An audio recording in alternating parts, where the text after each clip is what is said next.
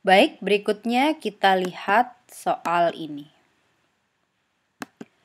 Untuk menentukan konsentrasi ion tembaga 2 dalam sampel air disiapkan sistem sel Galvani atau sel Volta yang terdiri dari elektroda perak yang dicelupkan ke dalam larutan Ag nitrat 0,225 molar dan elektroda kedua yaitu elektroda tembaga yang dicelupkan ke dalam larutan sampel air. Hasil pengukuran potensial sel memberikan nilai 0,62 volt. Elektroda tembaga teramati mengemban muatan negatif sehingga ditempatkan sebagai anoda. Tentukan konsentrasi ion tembaga 2 atau Cu2+ di dalam sampel air tersebut. Baik, solusinya adalah yang pertama kita coba tuliskan reaksi selnya terlebih dahulu, yaitu Cu solid akan menjadi Cu2+ aquos. Kemudian 2Ag+ akan menjadi 2Ag solid. Dari mana kita tahu bahwa Cu yang teroksidasi dan Ag+ yang tereduksi menjadi Ag? Kita bisa mengetahui hal tersebut berdasarkan pernyataan ini, di mana dikatakan bahwa elektroda Cu teramati mengemban muatan negatif sehingga ditempatkan sebagai anoda. Anoda seperti yang sudah kita ketahui adalah tempat berlangsungnya reaksi oksidasi dan berarti dalam kasus ini yang terjadi adalah oksidasi Cu menjadi Cu2+, sedangkan Ag+ tereduksi menjadi Ag. Nah, silakan tuliskan masing-masing setengah reaksinya dan kemudian setarakan dan nanti reaksi total yang sudah setaranya akan ditemukan seperti ini. Di mana N akan sama dengan 2, di mana N tentu saja adalah jumlah elektron yang ditransfer dalam proses ini. Berikutnya kita bisa tentukan E0 sel. Ya, kita peroleh dari data yang ada di tabel yang sudah saya perlihatkan di video sebelumnya, di mana E0 sel akan sama dengan E0 katoda dikurang E0 anoda. Nah, katodanya adalah yang tereduksi yaitu Ag+ jadi Ag, dan anodanya adalah tetap bentuknya yang tereduksi yang kita ambil ya, tapi adalah anoda Cu2+ Cu. Nah, silakan cek angka ini berapa di tabel yang sudah saya tunjukkan kemarin di video yang sebelumnya. Di video yang sebelumnya maksud saya. Nah, kita bisa hitung E0 selnya adalah 0,46 volt. Nah, kita bisa lihat di sini juga ada nilai potensial ya, yaitu 0,62 volt. Tapi tentu saja ini adalah kondisi yang tidak kita ketahui. Ya. Nah, kita bisa bayangkan sekarang ini adalah E-sel, kondisi yang kita tidak ketahui apakah dia standar atau tidak, dan ini adalah kondisi standar. Kita lihat nilainya berbeda, ya kan? Ini 0,62, ini 0,46. Artinya apa? 0,62 volt ini dihasilkan dari sel yang tidak standar. Berarti ini adalah E-sel, ya, tanpa ada kode nolnya. Nah, E0 sel adalah sekian, S-sel adalah sekian. Bagaimana cara kita menghubungkan S-sel dengan E0 sel dalam suatu persamaan matematis? Kita bisa gunakan tentu saja persamaan Nernst ya. S-sel sama dengan E0 sel min RT per NF, di mana N-nya sama dengan 2. Kemudian ini ln produk bagi reaktan. Produknya adalah Cu2+ pangkat 1. Ag tidak perlu dipangkatkan 2 dan tidak perlu dimasukkan sama sekali bahkan ya, karena dia berfasa solid. Dibagi dengan Cu solid tidak perlu juga dimasukkan. Ag+ ini kurang fasanya ya, harusnya aquos juga. Jadi konsentrasi Ag+ dalam molar dipangkatkan 2. Nanti kita peroleh persamaannya seperti ini. R adalah 8,314 Joule per mol Kelvin. T-nya kalau tidak diberitahukan seperti di soal ini, kita gunakan temperatur ruang ya 298 Kelvin. Dibagi 2 dari N tadi yang ini. Oke. Kemudian F-nya adalah 96.500 Coulomb per mol atau 9,65 kali 10 pangkat 4 Coulomb per mol. Ag-nya kita peroleh dari sini, di mana AgNO3 konsentrasinya 0,225 molar, artinya konsentrasi Ag plusnya juga 0,225 molar. Ini dipangkatkan 2 ya, nih dipangkat 2, nanti kamu bisa hitung berapa konsentrasi Cu2+ dalam sampel air tersebut. Nah, silakan coba dikerjakan contoh soal yang lain. Kalau ada yang tidak bisa, nanti bisa ditanyakan di media pembelajaran kita ya. Oke, untuk pH meter mungkin saya tidak akan bahas secara lengkap. Silakan nanti dibaca, sifatnya informatif di situ. Saya akan lanjutkan ke sel konsentrasi. Nah, sel konsentrasi itu adalah sel galvani yang kita buat dari sepasang, misalnya di sini tembaga ya. Nah, dia sama-sama tembaga seperti ini, namun konsentrasinya berbeda. Elektrolitnya, elektrodanya sama-sama Cu, tembaga solid. Elektrolitnya ada di sini CuNO3 dua kali, di sini juga CuNO3 dua kali. Jadi sistemnya persis sama sebetulnya ya. Ada Cu menjadi Cu dan CuNO3 dua kali, ini juga Cu dan CuNO3 dua kali. Namun kita bisa lihat antara elektrolitnya terdapat perbedaan konsentrasi. Makanya namanya adalah sel konsentrasi. Di sini kita lihat konsentrasinya 1 molar, di sini kita lihat konsentrasinya 0,1 molar. Oke. Nah, elektroda tembaga yang dicelupkan dalam larutan yang lebih encer, dia akan berperan sebagai anoda. Sehingga kita bisa tuliskan notasi selnya adalah Cu solid, Cu2+, tuliskan konsentrasinya ya, yang lebih encer, yaitu 0,1 molar, kemudian tuliskan jembatan garam seperti ini. Lalu Cu2+ yang konsentrasinya lebih tinggi, yaitu 1 molar, kemudian satu garis untuk memisahkan fasa, dan di sini Cu solid. Boleh juga kamu tambahkan di sini 0,1 molar kemudian koma aquos, itu juga boleh ya. Tapi kalau aquosnya pun tidak dituliskan, harusnya dengan adanya pernyataan molar ini bisa kita duga ini merupakan ion yang terlarut di dalam air ya. Tapi kalau amannya mungkin baiknya dituliskan ya, di sini aquos, di situ juga aquos untuk menunjukkan fasanya. Jangan lupa cara kita menulis notasi sel adalah anoda, kemudian jembatan garam katoda. Oke. Maka untuk sistem ini kita bisa tentukan nilai E sel yaitu sama dengan E0 sel kurang RT per NF ln Cu2+ yang encer dibagi dengan Cu2+ yang pekat.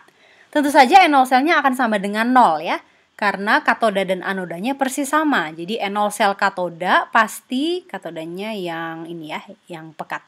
E0 sel katoda pasti sama persis dengan E0 sel anoda, sehingga E0 selnya pasti E0 setengah sel ini ya, dan E0 setengah sel ini pasti sama persis, karena dia kan sama ya, Cu dan Cu2+ sistemnya. Sehingga E0 selnya nanti akan sama dengan 0, kita bisa tentukan berapa nilai S selnya dengan memasukkan konsentrasi yang encer dibagi dengan konsentrasi yang pekat. Demikian adalah ciri khas dari sel konsentrasi. Oke, berikutnya aplikasi sel galvani ini sangat banyak di kehidupan kita sehari-hari ya. Misalnya saja yang paling dekat dengan kita adalah baterai ya. Baterai merupakan sel galvani. Saat baterai itu digunakan, yang terjadi adalah berbagai reaksi kimia di dalamnya, tentu saja reaksi redoks ya. Dan kemudian akibat adanya reaksi tersebut, baterai dapat menjadi sumber listrik atau menghasilkan listrik. Sehingga baterai saat kita gunakan, dia berfungsi sebagai sel volta atau sel galvani. Nah, kalau misalnya kita memiliki baterai yang kemudian bisa dicas, misalnya baterai handphone ya, itu saat kita gunakan dia adalah sel galvani. Kemudian nanti baterainya dalam tanda kurung habis gitu ya, baterai HP-nya habis misalnya. Nah, kemudian yang kamu lakukan tentu saja melakukan charging ya kan, dicas HP-nya. Nah, proses pengecasan itu adalah saat itu sel baterai kita menjadi sel elektrolisis ya, sebab sekarang dia dikoneksikan atau disambungkan ke suatu sumber listrik atau power source. Jadi baterai itu kalau dia chargeable, dia atau bisa di recharge ya, dia dua sistem sebetulnya. Saat dipakai dia adalah sel galvani atau sel volta, saat dicas dia menjadi sel elektrolisis. Oke. Nah, ini adalah baterai primer yang mungkin sering juga kita gunakan sehari-hari ya. Misalnya apa contohnya, mungkin dalam senter ya, mungkin seperti ini baterainya. Itu anodanya bisa jadi adalah anoda Zn, sayang solid, menjadi Zn2+ aquos. Sementara katodanya adalah MnO2 tambah amonium di sini menjadi Mn2O3 plus 2Na3 plus H2O. Nah, biasanya di sini katodanya adalah karbon ya. Yaitu graphite atau grafit. Kau bisa lihat ini adalah katodanya, kemudian di bagian luarnya sini, ya ini di dalam ya. Di dalam adalah katodanya dan di bagian sininya adalah anodanya, yaitu anoda Zn. Dan di sini kita biasa temukan misalnya sesuatu yang kita sebut sebagai paste atau pasta ya, yang terjadi akibat penggabungan senyawa-senyawa yang kemudian terlibat dalam reaksi yang dituliskan di sini. Kemudian ada contoh baterai-baterai yang lain, misalnya baterai nikel kadmium ya, yang merupakan suatu sel sekunder yang menghasilkan potensial sekitar 1,4 volt. Baterai seperti ini rechargeable ya, dia dapat diisi ulang. Artinya misalnya kita punya di sini katodanya di atas dan anodanya di bawah ya, di mana katodanya tersebut reaksi yang terjadi adalah ini berbasis oksida dari nikel ya, dan anodanya adalah kadmium. Nah, saat kita gunakan baterai ini yang terjadi adalah kadmium ini tentu akan berkurang ya. Di sini juga NiO2 akan berkurang sebab terjadi reaksi demikian untuk membentuk produk-produk dari reaksi total ini. Nah, saat reaksi itu terjadi tentu saja jumlah reaktan akan berkurang. Nah, kemudian baterainya kita dapat recharge atau kita isi ulang dan kemudian reaktan akan dibentuk lagi dengan cara terjadi reaksi yang terbalik ya.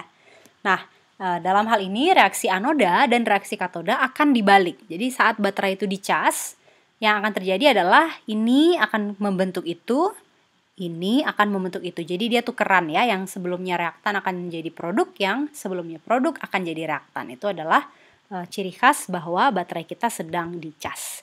Tapi tentu saja tetap ya, anoda itu tempatnya reaksi oksidasi, katoda itu tempatnya reaksi reduksi. Kemudian ada juga baterai litium ya. Baterai litium ini sering juga kita dengar sekarang, misalnya kita bisa temukan di dalam berbagai device seperti ponsel atau HP, kamera digital, dan juga komputer laptop. Nah, ini umumnya adalah sel lithium ion ya. Nah, baterai ini sebetulnya tidak melibatkan reaksi redoks, tapi dia sebetulnya menggunakan pengangkutan ion Li+ melalui elektrolit dari satu elektroda ke elektroda lain ya, yaitu di sini ada LiCO2 dan di sini ada grafit. Yang terjadi adalah ion litiumnya diangkut dari satu elektroda ke elektroda yang lain, dan ini disertai dengan pengangkutan elektron sehingga dia menjadi suatu sistem yang kemudian menghasilkan listrik. Nah, yang lain juga yang sering kamu dengar mungkin akhir-akhir ini adalah fuel cell ya, atau sel bahan bakar. Nah, untuk fuel cell tersebut biasanya sistem yang kita punya adalah air ya, elektrolitnya adalah air. Kemudian pada sistem seperti ini kita punya anoda di mana di anoda tersebut ya, H2 akan menjadi H+, kemudian pada katoda O2 akan menjadi OH-. Nah, jadi kita nanti akan menghasilkan dalam kasus ini air ya. Reaksi oksidasinya adalah dari H2 menjadi H2O dan reduksinya dari O2 menjadi OH-. Ya, kamu bisa lihat ini kalau di sini dia tuliskan reaksinya dalam keadaan basa ya. Kamu bisa dulu setarakan reaksinya dalam keadaan asam. Kalau yang ini adalah reaksi dalam keadaan basa. Nah, dalam sistem ini biasanya dimasukkan gas H2 dari sini dan gas oksigen dari situ. Di anoda akan terjadi tentu saja reaksi oksidasi dan di katoda akan terjadi reaksi reduksi. Dan dalam sistem ini akan terbentuk H+ dan OH- dan dia bergabung menjadi air. Tapi umumnya sel bahan bakar seperti ini masih banyak di dalam level yang sedang di riset ya, jadi masih banyak yang harus dikembangkan lagi sel atau fuel cell ini, sehingga mungkin dalam keseharian kita belum terlalu banyak menggunakan ini ya dibandingkan dengan baterai-baterai yang saya jelaskan pada slide yang sebelumnya. Oke, selain itu proses yang juga terkait dengan redox adalah proses korosi ya. Nah, korosi itu adalah suatu proses di mana logam itu akan menjadi bentuk oksidanya ya, atau bisa juga hidroksida atau sulfida ya. Contoh yang sering kita lihat tentu saja proses korosi dari besi ya, di mana Fe kemudian dia akan menjadi ionnya Fe2+ seperti ini, kemudian Fe3+, kemudian dia bergabung dengan oksigen yang ada di udara, kemudian akan terbentuk oksidanya yaitu Fe2O3. Nah, ini yang kita namakan rust atau karat ya. Jadi proses pengkaratan. Nah, biasanya korosi ini kita paling bermasalah kalau terjadinya di besi ya. Misalnya besi yang digunakan pada instrumen-instrumen yang terkait dengan produksi atau pabrik yang tidak boleh berkarat seperti itu. Kemudian kalau dia berkarat tentu saja nanti Fe-nya akan terlapisi oleh Fe2O3. Nah, yang terjadi pada sistem ini sebetulnya kita juga bisa lihat itu ada anodanya dan ada katodanya ya. Di anoda itu Fe teroksidasi menjadi Fe2+ plus 2 elektron, sedangkan pada katoda yang terjadi adalah gas oksigen pada keadaan asam menjadi air. Makanya proses rusting itu atau pengkaratan itu tentu saja dipengaruhi oleh keberadaan oksigen dan juga keberadaan udara, dan juga misalnya ada senyawa asam seperti ini, itu juga akan berpengaruh pada proses korosi suatu logam, misalnya logam besi. Nah, kita bisa hitung apakah proses korosi itu berlangsung secara spontan atau tidak, gitu ya.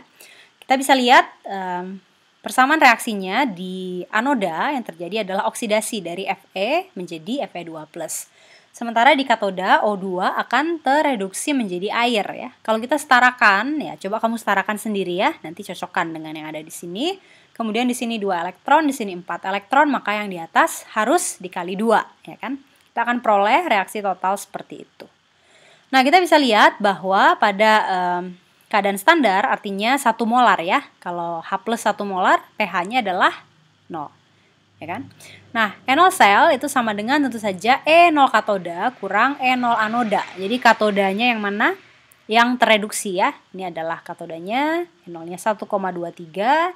Ini adalah anodanya, E0 reduksinya adalah min 0,45. Jadi kamu bisa hitung dengan cara mengurangkan 1,23 dengan min 0,45.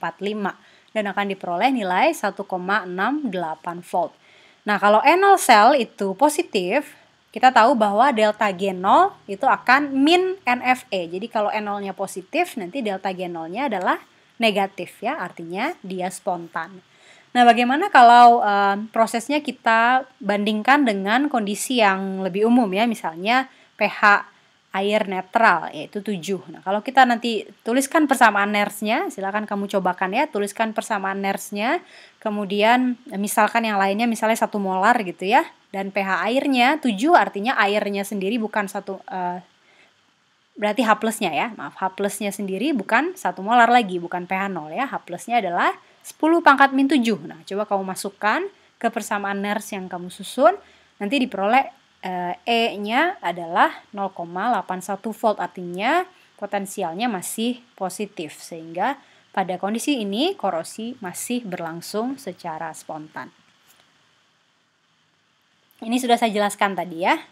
Karat besi itu adalah Fe2O3H2O. Itu terjadi saat Fe2+ dioksidasi lebih lanjut menjadi Fe3+, kemudian Fe3+-nya bereaksi dengan air atau kita namakan dia terhidrasi, dan dia akan membentuk suatu oksida logam yang sukar larut, dan ini kita sebut sebagai karat ya, Fe2O3H2O yang solid. Nah, untuk mencegah proses ini terjadi, misalnya Anda bekerja di sebuah industri gitu ya, yang banyak kemudian menggunakan logam besi, di mana besinya itu tidak boleh mengalami pengkaratan dan akan merugikan untuk proses yang ingin Anda lakukan misalnya, maka yang bisa kita lakukan adalah melakukan yang namanya atau menjalankan yang namanya proteksi katoda. Ya, proteksi katoda itu adalah suatu cara untuk mencegah pengkaratan. Caranya adalah melapisi besi tersebut dengan logam-logam lain yang potensial reduksinya lebih kecil dari besi. Ya, kamu masih ingat E0 potensial reduksi?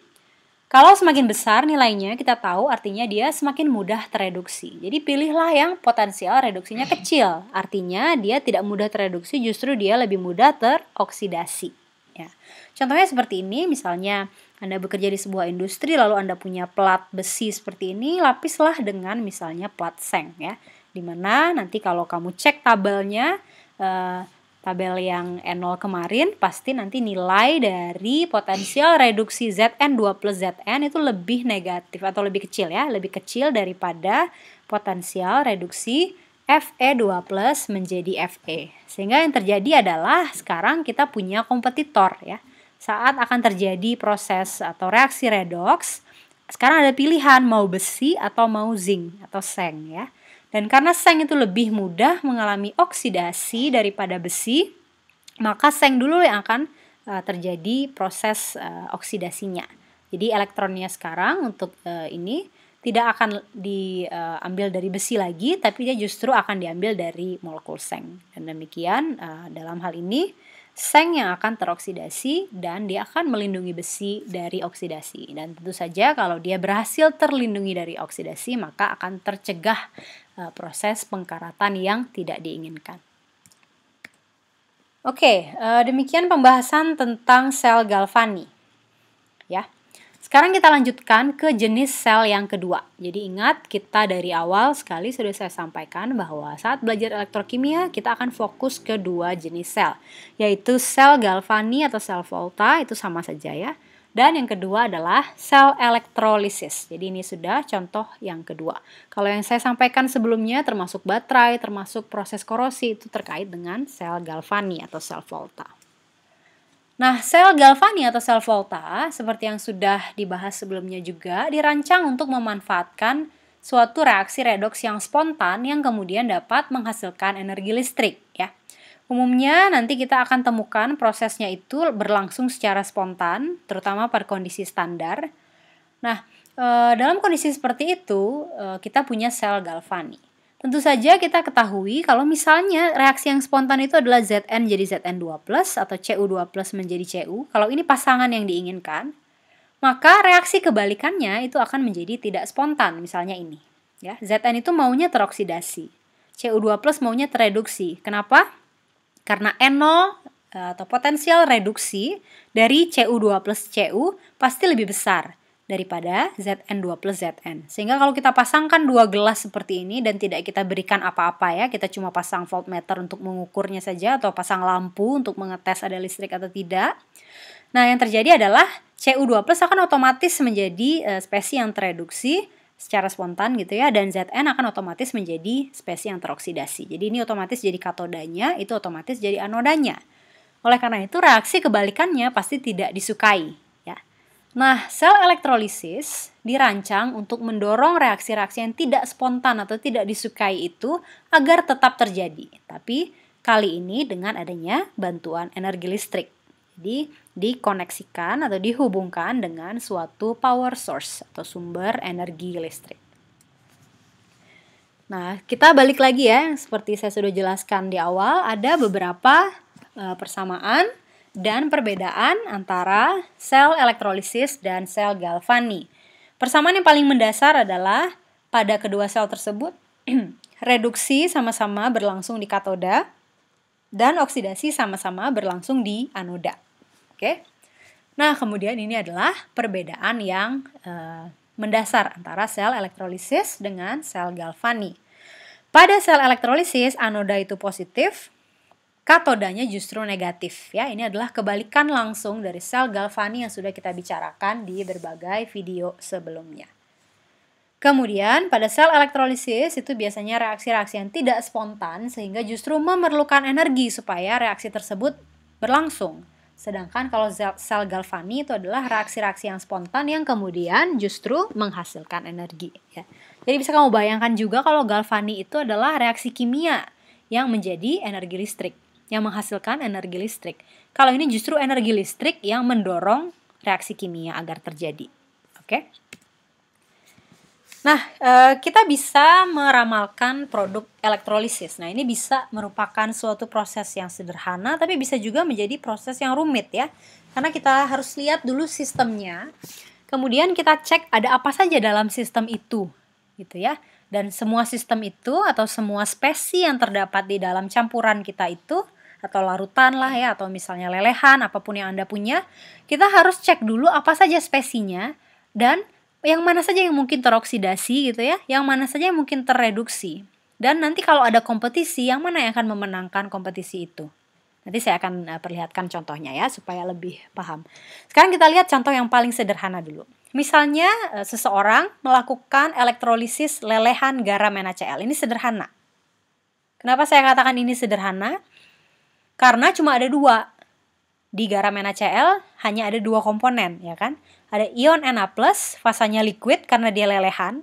Perhatikan ini L karena dia lelehan ya. Biasanya Anda mengenal ini, kamu mengenal ini aqueous kan? Karena dia larutan, tapi ini liquid karena dia lelehan. Ada Na+, liquid, ada Cl- liquid juga. Cuma dua ini saja anggotanya. Ya kan? Tidak ada H2O. Kenapa tidak ada H2O? Karena dia lelehan. Buktinya fasanya pun bukan aqueous, tidak ada air dalam sistem ini. Oke, misalnya ada NaCl kemudian dicairkan ya, molten NaCl dengan suhu yang tinggi seperti itu, nanti kita punya secara eksklusif Na+ liquid dan Cl- liquid. Karena hanya ada dua saja, sekarang pilih yang mana yang teroksidasi, mana yang tereduksi. Ya, Na+ kira-kira akan teroksidasi atau tereduksi. Na+ tentu saja akan sulit ya menjadi Na2+. Kita sudah pelajari di kimia dasar 1A ya, kenapa Na itu stabilnya Na+. Kenapa sulit sekali menjadi Na2+. Maka Na+ pasti nanti dia milihnya menjadi Na. Seperti ini. Kation itu akan mengalami reduksi. Oke, Na+ akan menerima elektron, dia akan membentuk Na solid. Sebaliknya Cl-, dia tidak jadi Cl2- ya, dia jadi Cl2. Perhatikan bentuk ini adalah gas pada kondisi standarnya ya. Cl- akan menjadi Cl2 dan dia akan melepaskan 2 elektron. Silakan disetarakan, ini kalikan 2. Karena di sini 2 elektron, di bawah juga harus 2 elektron. Dan dijumlahkan jadilah nanti seperti ini. Oke. Nah, kita punya nanti di katoda reaksinya tetap reduksi. Jadi yang mana? Yang bawah ya. Oh, ini ada tulisannya juga ya. Katoda reaksinya yang itu, anoda reaksinya yang ini. Oke. Sehingga, nih perhatikan, sehingga pada katoda kita akan membentuk logam Na. Di sini ya. Pada anoda akan terjadi yang ini, warna hijau-hijau bulat ini. Ini adalah perumpamaan dari gas Cl2. Oke. Pada katoda kamu akan menghasilkan logam Na, pada anoda kamu akan menghasilkan gas Cl2. Jadi ini sebetulnya proses ini bisa merupakan suatu proses untuk menghasilkan Cl2 ya. Misalnya kamu ingin produksi Cl2 atau produksi Na solid, bisa dilakukan dengan cara mengelektrolisis NaCl yang terlarut. Jadi lelehkan aja NaCl, tentu saja suhunya nanti suatu suhu tinggi ya. Lelehkan NaCl, lalu setrum, begini kan ya, tambahkan katoda dan anoda seperti ini. Kemudian nanti kamu akan lihat bahwa di katoda terbentuk logam Na dan di anoda akan terbentuk logam Cl2 apabila tentu saja ada besaran tertentu dari listrik yang dialirkan. Kesini ya, biasanya dia DC ya, direct current seperti ini. Nah, ini yang sederhana karena kita cuma punya 2 komponen, tidak ada kompetisi di dalam sistem ini. Nah, sekarang coba kita lihat kalau kita punya kompetisi. Misalnya sekarang garamnya berupa campuran, masih lelehan ya, masih tidak ada air, tapi campuran. Misalnya ada NaCl, tapi ada KBr juga. Kalau ini kan tadi hanya ada NaCl saja. Sekarang kita punya NaCl, kita punya KBr. Artinya, proses reduksinya dan proses oksidasinya nanti kita harus pilih di antara 2 kation ini atau 2 anion ini ya. Nah, kita lihat kationnya adalah Na+ dan K+. Na+ bisa tereduksi menjadi Na solid, K+ bisa juga tereduksi menjadi K solid. Oke, dua-duanya bisa tereduksi. Tapi yang mana yang akan terjadi? Ya, yang akan lebih spontan atau lebih duluan gitu ya terjadi pada proses itu. Tentu saja kita perhatikan nilai enolnya. Perhatikan ini adalah enol reduksi ya. Kalau ada reaksi reduksi diberikan enol, pasti enol ini membahas reaksi ini ya, enol reduksi. Kita lihat nilai enolnya, yang atas minus 2,71 volt, yang bawah minus 2,92 volt. Artinya apa?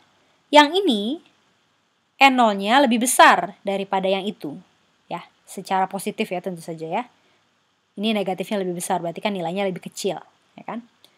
Artinya, kalau kita bandingkan kedua nilai potensial reduksi ini dapat diramalkan bahwa ion Na+ yang akan dominan untuk mengalami reduksi dibandingkan dengan K+. Bayangkan ada elektron kita letakkan ke sistem, yang mana yang akan duluan menerima elektron, yang lebih dominan untuk menerima elektron. Pasti sesuatu yang kemudian dia senang menerima elektron ya, yang ditandai dengan potensial reduksinya lebih besar. Jadi pada kompetisi ini, reaksi yang akan terjadi adalah reaksi yang atas, ya. Na plus tambah elektron menjadi Na solid. Oke. Sekarang kita lihat anionnya. Kita punya Cl-, kita punya Br-. Dua-duanya juga bisa teroksidasi. Menjadi Cl2, ini menjadi Br2. Kita lihat enolnya. Ya, ini adalah reaksi oksidasi. Oke. Kita lihat enol yang ada di sini, pasti enol oksidasi, ya. Jadi kalau ada reaksi ini, kemudian ada enolnya seperti ini adalah enol milik reaksi itu. Oke. Nah, sekarang kita lihat mana yang lebih mudah teroksidasi antara Cl2 dengan Br2. Nah, kita bisa bandingkan berdasarkan nilai ini, potensial elektroda Br2 atau Br- itu lebih rendah, ya, 1,09. Kalau tadi kita cari yang lebih tinggi, sekarang kita cari N0 yang lebih rendah, ya. Artinya karena ini nilainya lebih rendah, maka elektron akan lebih mudah terlepas dalam sistem ini. Artinya Br-nya akan lebih mudah teroksidasi. Ya, kita coba cek dulu nilai ini, ya. N0 yang ada di sini ini N0 reduksi atau N0 oksidasi. Kita coba cek dari tabel yang kita lihat di video, saya lupa video 1 atau video 2, ya. Sebentar. Oke.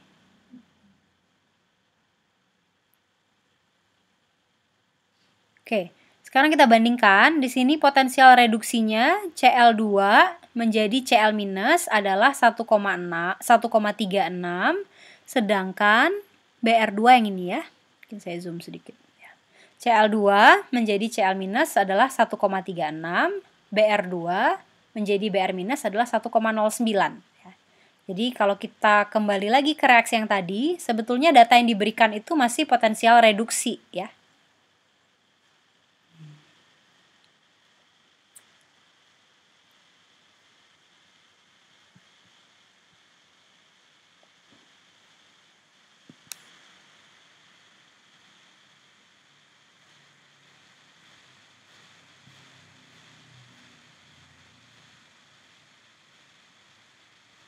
Ya.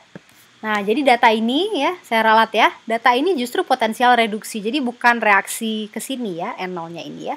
Tadi kita lihat di tabel yang barusan bahwa sesungguhnya ini juga masih data potensial reduksi. Oke? Makanya kita pilih yang lebih kecil nilainya. Oke? Kita lihat antara reaksi Cl2 menjadi Cl- dan Br2 menjadi Br-, perhatikan reaksinya masih reaksi reduksi, ya. Ini adalah data potensial reduksi. Taunya dari mana? Dari tabel yang saya perlihatkan barusan. Oke? Artinya yang ini lebih mudah tereduksi, ya kan? Yang ini pasti nanti akan menjadi teroksidasi. Kalau ini dia lebih mudah tereduksi, ini otomatis lebih mudah teroksidasi. Kalau kita cuma membandingkan dua hal ini, ya. Sekarang kita tahu anion ini akan mengalami reaksi oksidasi di anoda, ya kan? Jadi pilihlah sekarang yang kemudahan teroksidasinya lebih tinggi.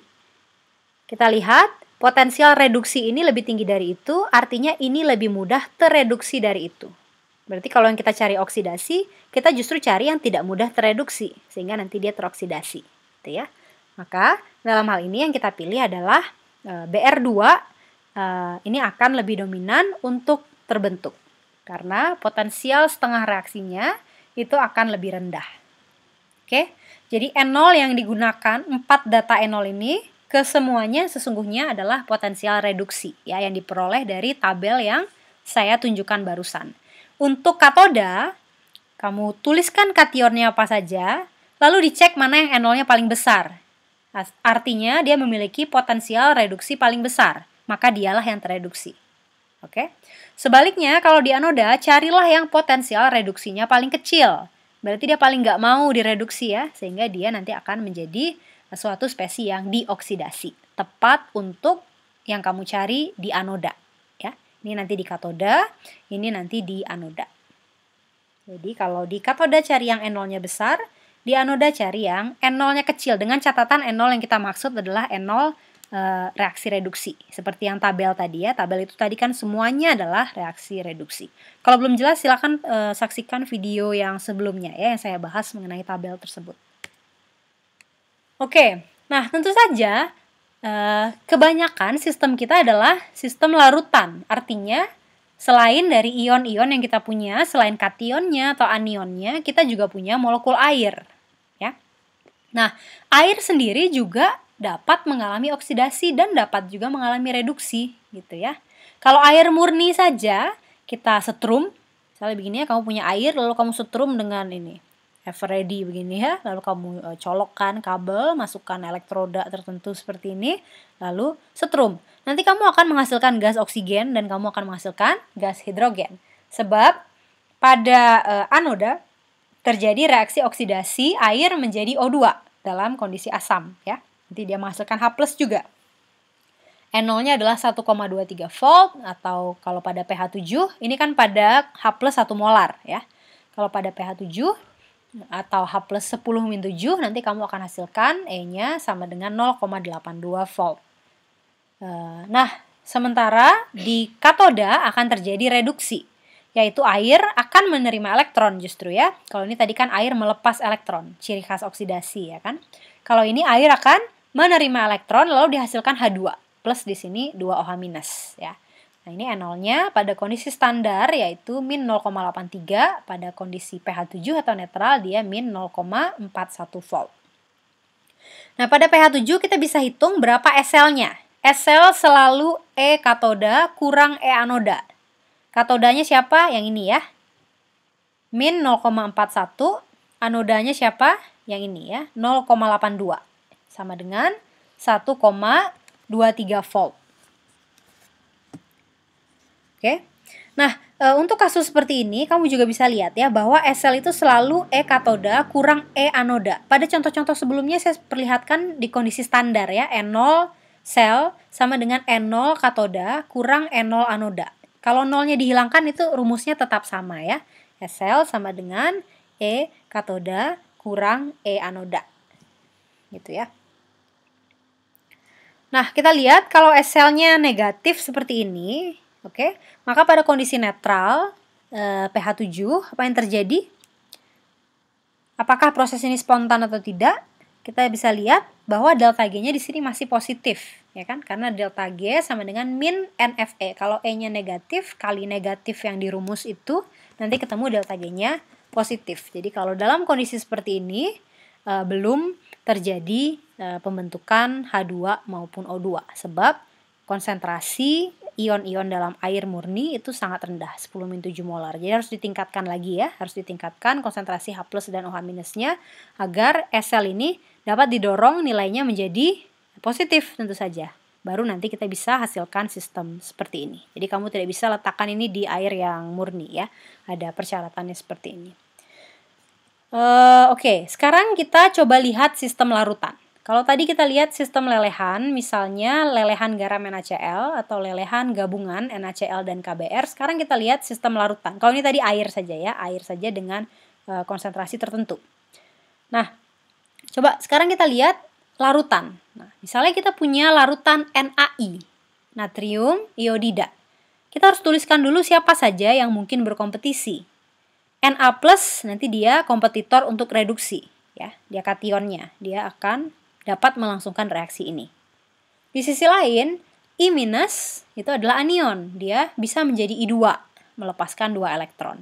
Tapi ingat, kalau kita punya larutan, jadi nanti misalkan kamu dituliskan reaksinya Na+ aquos atau NaI dalam sistem larutan atau larutan NaI seperti ini, itu tandanya tidak hanya Na+ I- saja yang ada, tapi juga ada H2O, di mana H2O itu juga bisa teroksidasi menjadi reaksi ini, H2O juga bisa tereduksi mengikuti reaksi ini menjadi H2, gitu ya. Kalau teroksidasi menjadi O2, tereduksi menjadi H2. Nah, sekarang kita lihat berapa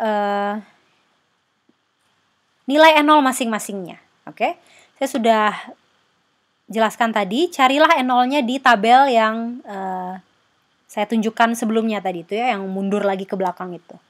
Kita lihat di sini NO-nya 0,54, kemudian di sini 0,82, ini min 2,71, ini min 0,41. Nah, kamu sekarang harus bandingkan nilai potensial reduksinya, gitu ya. Nah, nanti kita akan lihat berdasarkan potensial reduksinya, I- akan lebih mudah teroksidasi. Sedangkan untuk reduksi, air justru lebih mudah tereduksi daripada Na+. Kita lihat sekarang angkanya. Oke? Kita lihat yang mana dulu. Yang ini misalnya ya, yang reduksi. Reduksi terjadi di katoda. Oke? E0-nya adalah E0 reduksi. Karena udah sesuai ini E0 reduksi, berarti agar dia mampu nanti mengalami reduksi, dia dominan untuk mengalami reduksi, carilah E0 yang paling besar. Ya. Ini min 2,71. Ini min 0,41. Mana yang lebih besar? Yang minnya kecil tentu saja ya. Jadi E0 min 0,41 volt ini akan menang kompetisinya dibandingkan dengan itu. Artinya kalau kamu punya gabungan Na+ dengan air, disetrum gitu ya dengan konsentrasi tertentu, airnya yang akan mengalami reduksi. Elektronnya akan diterima oleh H2O, tidak oleh Na+. Maka ini tadi pernyataannya ya. Untuk reduksi, air lebih mudah tereduksi dibanding Na+. Maka yang terjadi di katoda, reaksinya nanti adalah air tambah elektron jadi H2 plus 2 OH- aquos. Jangan lupa fasanya ya. Bagaimana dengan di anoda? Di anoda terjadi oksidasi. Ini nilainya tadi potensial reduksi ya.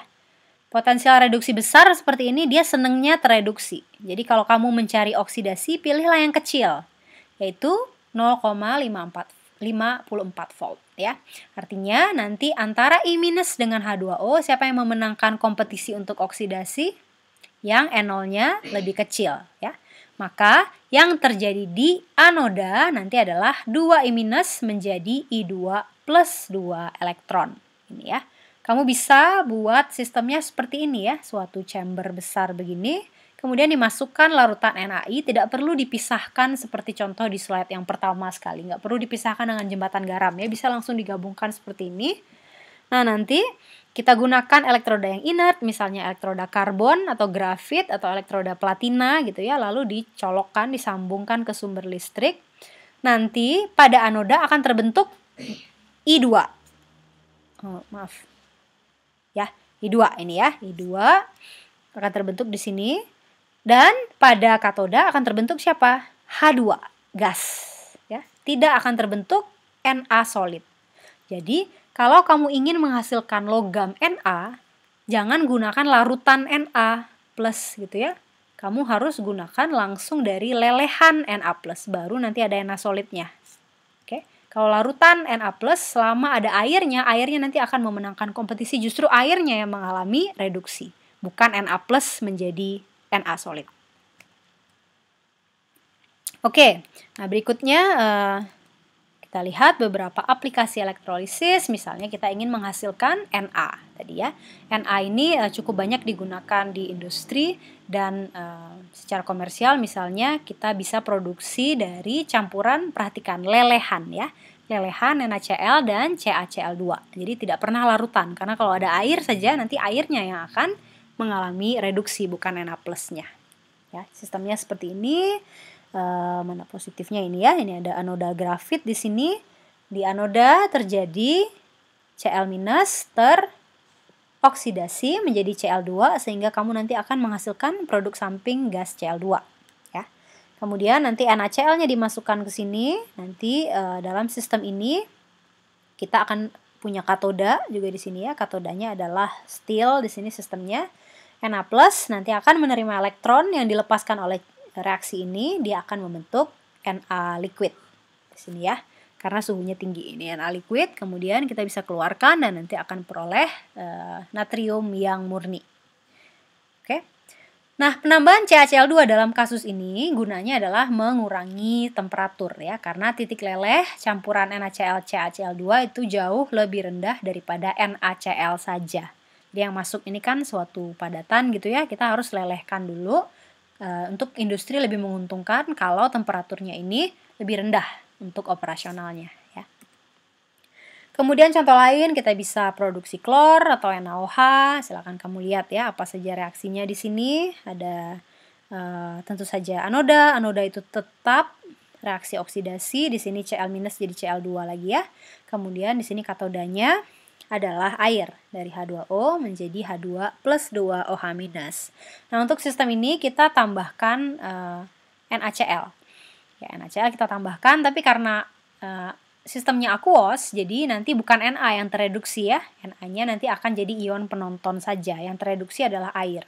Tapi karena ada Na plus di sini, Na plusnya nanti bereaksi dengan OH- sehingga bisa kita produksi NaOH. Ya, tentu saja prosesnya juga sangat dikontrol di sini ya. Ada juga membran yang khusus hanya melewatkan Na plus saja, sehingga nanti bisa dihasilkan produk yaitu NaOH aqueous seperti ini. Kemudian elektrolisis juga bisa kita gunakan untuk menghasilkan misalnya aluminium dari Al2O3 seperti ini. Tentu saja kita gunakan suatu sistem molten atau lelehan di sini ya. Nah, dalam sistem ini Al2O3 digabungkan dengan mineral kriolit namanya Na3AlF6, masukkan ke sini, kemudian disetrum ya, karena elektrolisis pasti harus ada sumber listriknya, digunakan suatu elektroda inert yaitu elektroda karbon di sini ya. Nah, nanti dalam proses ini Al2O3 tersebut nanti akan dan Na3AlF6 campuran ini kemudian nanti akan menghasilkan Al cair yang kemudian dikeluarkan dari sistem dan dikumpulkan. Kemudian juga bisa kita lakukan untuk misalnya pemurnian tembaga ya. Kalau kita punya pengotor tembaga, kita bisa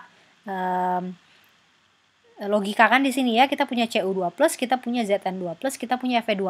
Kita hanya ingin Cu-nya saja. Ya. Nah, kalau kita hanya ingin Cu-nya saja, kita bisa sambungkan sistem ini dengan listrik. Kita punya di sini tembaga yang ingin kita murnikan atau impure copper. Di sini kita punya yang nanti murninya nanti terkumpul di sini ya. Nah, Zn2+ dan Fe2+ itu adalah jenis-jenis kation yang nanti justru dia tidak senang tereduksi ya. Dia senangnya teroksidasi. Taunya dari mana? Lihat enol rate-nya. Zn2+ dan Fe2+ itu enol rate-nya cukup rendah. Jadi kecenderungan mereka tidak akan mengalami reduksi, tidak mudah ya mengalami reduksi, justru kecenderungannya teroksidasi dari logamnya menjadi ion-ion ini. Justru reaksi sebaliknya gitu ya yang mereka sukai. Sehingga ini akan menguntungkan karena Cu2+ ini cenderung mudah tereduksi karena enol rate-nya, enol reduksinya nanti akan cukup besar. Sehingga kalau kita punya pengotor-pengotor ini yang lainnya tidak senang tereduksi, maka Cu2+ nanti akan mendominasi di mana dia senang tereduksi. Nanti elektron akan diterima oleh Cu2+, nanti dia akan menghasilkan Cu solid yang lebih murni di dalam sistem ini. Oke. Nah, kemudian ada juga proses yang kita kenal dengan nama electroplating. Electroplating adalah prosedur elektrolisis ya yang gunanya adalah untuk melapis atau memberikan pelindung yang tipis dari satu logam ke logam yang lainnya. Biasanya electroplating kita gunakan untuk meningkatkan misalnya penampilan atau juga daya tahan dari benda logam. Contohnya kita lapiskan perak, lapis tipis perak ke benda-benda seperti baja atau logam-logam yang lain gitu ya, untuk membuatnya lebih menarik dan juga untuk menjaga kestabilannya dengan cara mencegah perkaratan. Prosesnya bisa seperti ini, misalnya kita punya sendoknya di sini setrumin listrik gini ya, sendoknya menjadi katoda, kemudian di anodanya kita punya Ag di sini, di mana Ag nanti akan menjadi Ag+, kemudian Ag plusnya nanti akan tereduksi menjadi Ag, nanti dia akan nempel, Ag-nya itu ya akan nempel atau terdeposisi di permukaan ini sehingga terbentuk lapis tipis perak. Oke, yang terakhir kita akan pelajari aspek kuantitatif dari elektrolisis. Nah, ini yang penting kita pahami adalah bahwa elektrolisis banyak kita gunakan untuk menghasilkan suatu zat gitu ya. Kita lihat tadi di sini. Misalnya saya pengen mendapatkan Cl2 gas ya, atau saya pengen memperoleh Na. Misalnya untuk reaksi ini contohnya. Saya ingin menghasilkan Na solid dan Cl2 gas. Nah, sekarang pertanyaannya, saya butuh arus berapa gitu ya? Saya harus setrum, misalnya saya punya NaCl lelehan, NaL ya cairan ya, NaCl cairan seperti ini. Saya harus setrum, listriknya harus berapa ampere gitu kan ya. Kemudian saya setrum harus berapa lama ya, agar saya memperoleh misalnya saya mau sekian gram Na solid atau Cl2 gas ini saya mau dengan tekanan sekian. Ya. Nah, bagaimana cara saya menghitung itu? Bagaimana cara saya menentukan parameter-parameter misalnya waktu, kemudian arus yang harus saya apply di sini gitu ya, sehingga saya memperoleh sekian gram Na atau sekian mol Cl2 misalnya. Nah, itu kita sekarang pelajari di aspek kuantitatifnya ya. Oke, ini ya. Nah, kita gunakan arus listrik untuk menggerakkan reaksi kimia tertentu. Itu kita sudah tahu ya. Di mana 1 ampere itu adalah satuan dari arus listrik, itu sama dengan Q per T ya kan. Kamu sudah belajar di fisika ya, 1 coulomb per detik. Nah, dalam elektrolisis, elektron itu akan bertindak sebagai reaktan, sehingga dia juga memiliki hubungan stoikiometrik dengan reaktan-reaktan atau produk-produk lainnya juga. Namun demikian, tidak seperti reaktan biasa yang biasanya kita ukur sebagai massa, misalnya reaktannya solid itu berapa gram gitu ya, atau misalnya reaktannya suatu larutan itu berapa molar dalam berapa mililiter atau liter. Nah, kalau elektron kita ukur dari kuantitas muatannya atau Q. Dan besarnya muatan itu bergantung pada kuat arus dan waktu atau lamanya proses elektrolisis. Di mana coulomb atau muatan itu akan sama dengan ampere ya, ampere dikali dengan waktu. Waktunya dalam second di sini ya, supaya jadi coulomb itu adalah second kali ampere. Ya kan? Nah, untuk perhitungan stoikiometri, muatan elektron harus kita konversi ke dalam jumlah mol elektron. Caranya adalah kita bagi dengan tetapan Faraday, karena tetapan Faraday itu adalah 96.500 coulomb per mol elektron, seperti itu.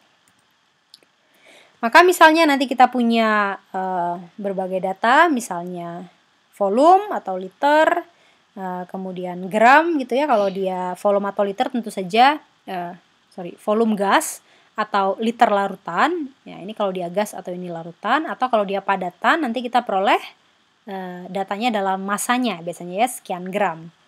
Nah, dari sini kita harus hubungkan dengan berapa mol elektron dengan menggunakan konstanta Faraday. Kemudian nanti kita lihat reaksinya gitu ya, dan dari reaksi ini kita lihat berapa mol yang dihasilkan.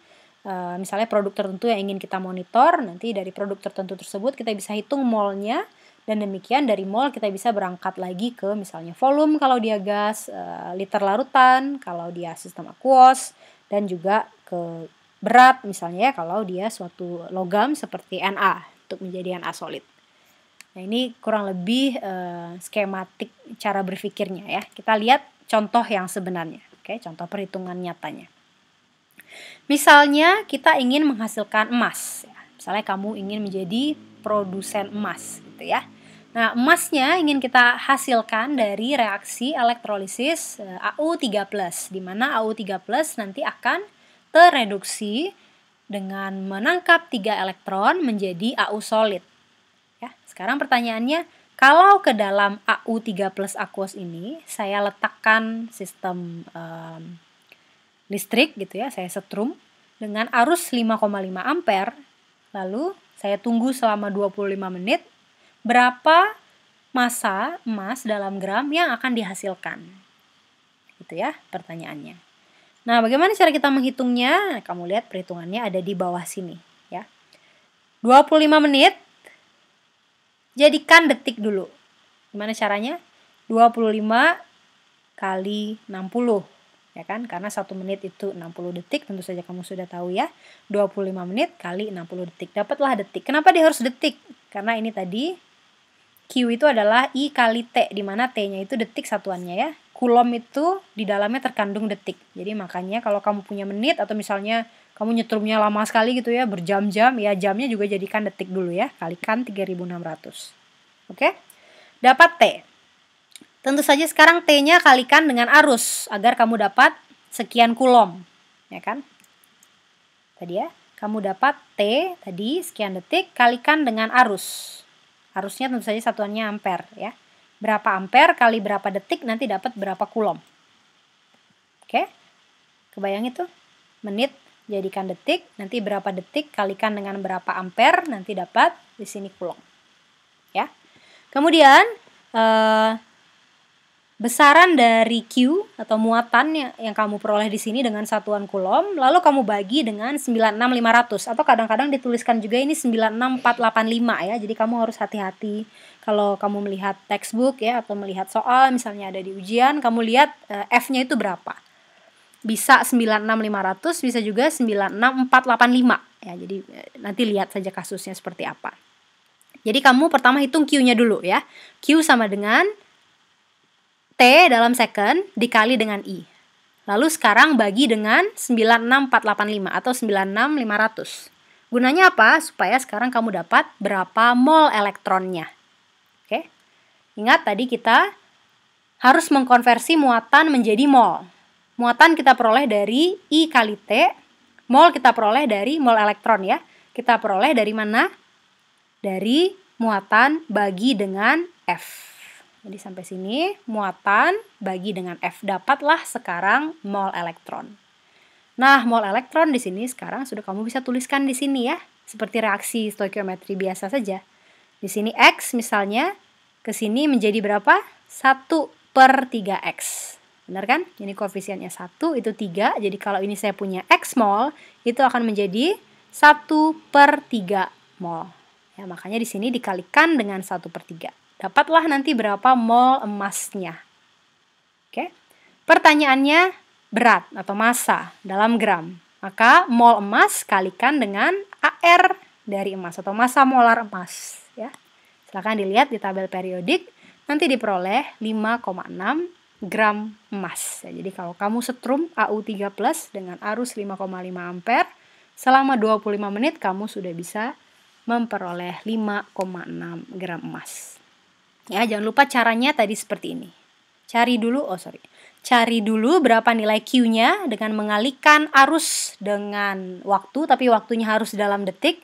Lalu bagi dengan bilangan Faraday, lalu masukkan ke persamaan stoikiometri ini, di mana nanti dia jadi mol elektron. Nah, mol elektron ini hubungkan secara stoikiometrik dengan mol apa yang ingin kamu cari gitu ya. Nanti dapat juga mol zat yang ingin kamu cari itu. Jadi nanti sampai di sini ya, dapat mol zat yang ingin kamu temukan. Nah, tinggal nanti molnya dikonversi. Kalau mau jadi massa ya kalikan dengan molar mass atau AR atau MR-nya. Kalau mau jadi volume ya nanti tinggal gunakan misalnya berapa volume molar pada kondisi STP. Kalau mau jadi liter, kamu butuh data molaritas misalnya dan seterusnya. Ya. Oke. Silakan dicoba kerjakan contoh ini ya. Misalnya ada cell downs. Tadi ada cell downs sudah dibahas sebelumnya ya. Silakan dilihat.